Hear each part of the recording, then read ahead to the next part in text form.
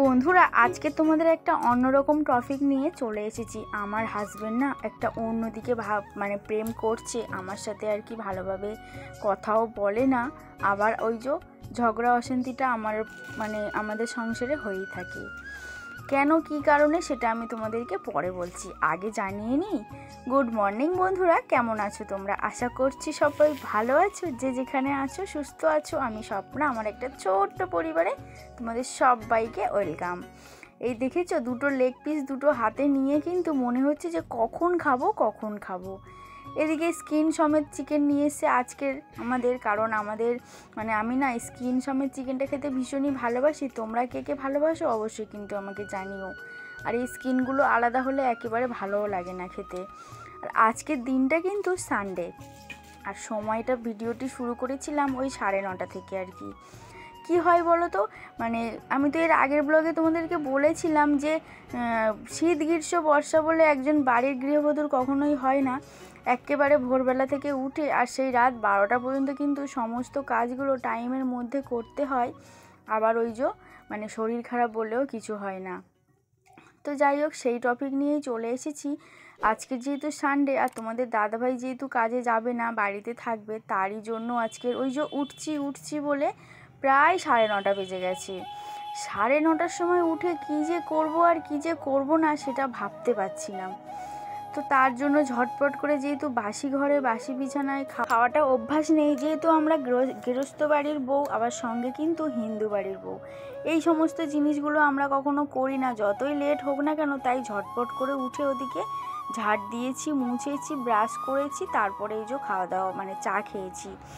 খেয়ে শুধুমাত্র বাকি রয়েছে ওই যে বাসনগুলো মাজতে, লেট করে উঠলে যা হয় আর কি। আর এই যে তারপরে চিকেনটা ধুতেও অনেকখানি সময় লেগেছে, এখন এই যে রান্নাটাও করে নিচ্ছি।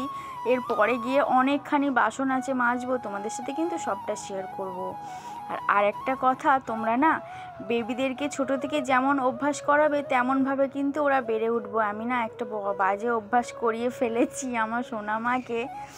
তো যাই হোক, তারপরে দেখতে পাচ্ছ আমি এখানে চিকেনটা কিন্তু কষাচ্ছি, বেশ দেখতে কতটা সুন্দর হয়েছে দেখেছো। আর একটু গরম জল করে রেখেছিলাম, এই গরম জলটা একটু দিয়ে দিলাম।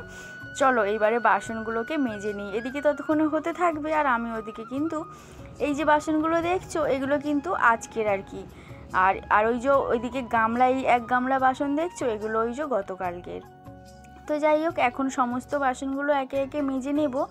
তবে হ্যাঁ, সব কিছু কিন্তু ক্যামেরার মধ্যে আর ক্যাপচার করতে পারিনি, বাকি কাজ সমস্তটা হয়ে গেছে, শুধু এই বাসনগুলো মাজবো, স্নান করব, এগুলোই আর কি বাকি রয়েছে।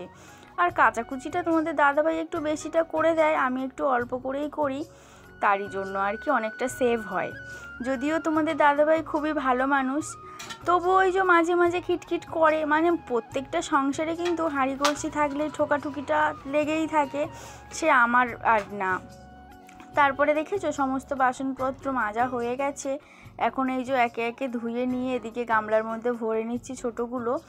আর দেখেছো কতটা পরিমাণে বাসন আর কি পড়েছি, ওই যে লেট হলে যেটা হয়। তো তারপরে এইদিকে আমি তো সকাল থেকে কাজ করতে করতে একেবারে হাঁপিয়ে পড়েছিলাম।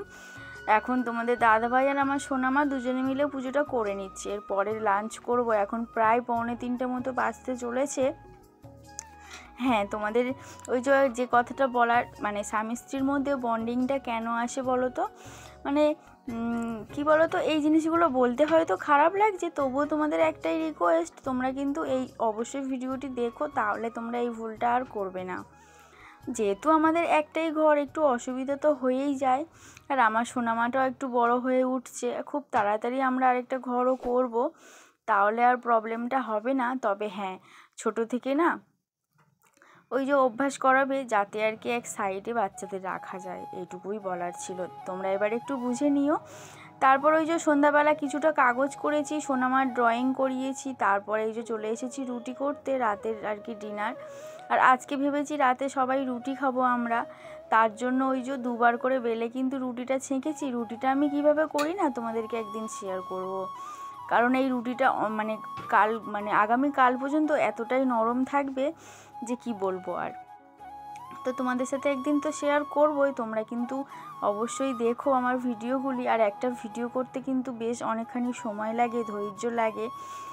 তো তোমরা যদি দেখো না তাহলে ভিডিওটি করতে আমার কিন্তু বেশ ভালোও লাগে। যেহেতু আমি 3টে বছর ধরে ইউটিউবে কাজ করছি, এখনও পর্যন্ত সাকসেস পাইনি, তবে আমি কিন্তু এই যে একটা দিন মিস করে গেলে না খুব খারাপ লাগে, মাঝে মধ্যে খুবই মনে হয় যে আর ভিডিও করব না, ছেড়ে দেব।